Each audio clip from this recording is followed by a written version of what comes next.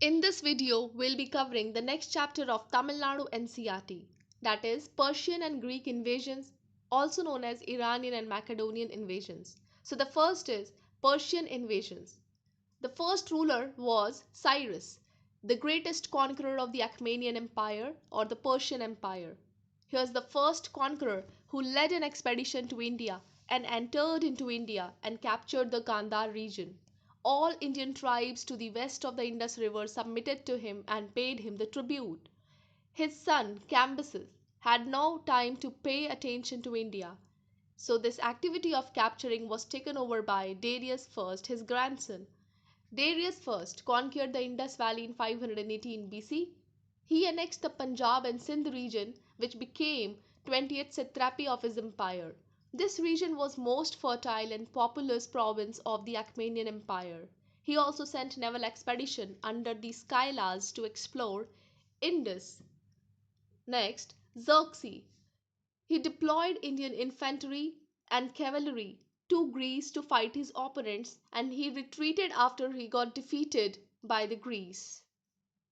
After his failure, Achaemenians could not follow a forward policy in India, and it was later in 330 BC that Darius III enlisted Indian soldiers to fight against Alexander.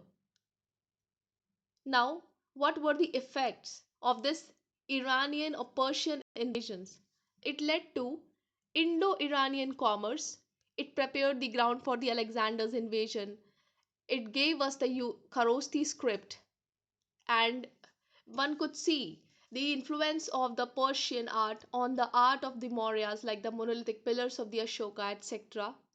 Iranian connection with India proved more fruitful than this short-lived Indo-Macedonian contact. Let's see the next in this Macedonian invasions. Alexander invasion of India.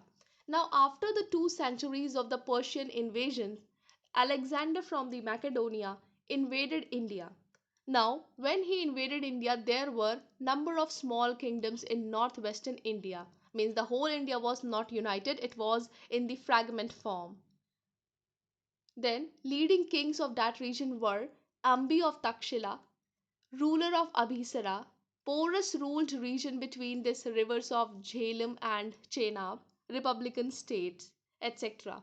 Now all the rulers submitted to Alexander except Porus. We'll see it later. Now, what were the causes of this invasion? Alexander in Macedonia ascended the throne after the death of his father in 334 BC. He conquered whole of Persia by defeating the Darius III in the Battle of Arbela in 330 BC. Now he aimed at further conquest and he started moving eastwards, and he wanted to recover the lost Persian satrapy of India. He was very much attracted by the fabulous wealth of the India, plus his interest was in geography, his love of the natural history, and he also thought of conquering India, so he moved eastwards. He would also conquer, he thought that he would also conquer the eastern boundary of the world by conquering the India. Next, the Battle of Hydaspes, 327 BC, between the Alexander and Porus. Alexander crossed the Hindu Kush mountains and he spent approximately 10 months fighting the tribes. He crossed the Indus with the help of the bridge of boats, etc. He was warmly welcomed by the Ambi and he also sent message to Porus to submit. Porus refused and decided to fight against Alexander. Alexander marched Takshila to the banks of the river Hydaspes, also known as Jhelum.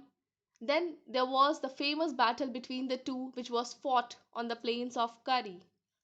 In this battle, Porus lost, and Alexander was very much impressed by the courage, bravery, and the heroism which was shown by the Porus, and he treated him very generously and reinstated him on his throne.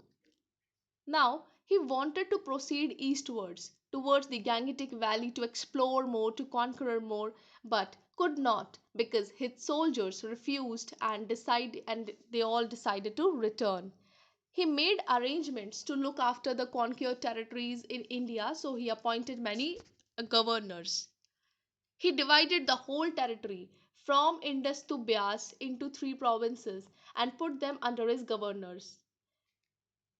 He reached Babylon, fell seriously ill, and died in 323 BC. Now we'll see the effects of this Macedonian invasion. It encouraged political unification of the India under the Mauryas, and soon Maurya led to the expansion of the empire and covered approximately complete Indian subcontinent. And the small independent kingdoms or the states came to an end because of this invasion, paved way for direct contact between the India and Greece, and also increased facilities for trade between the India and the West Asia. And the authority or the ruling in the Indus Valley of this invasion was very much short lived because the Mauryan Empire expanded till this northwest under the Chandragupta Maurya and produced the first united empire. So that's all for this. Thank you.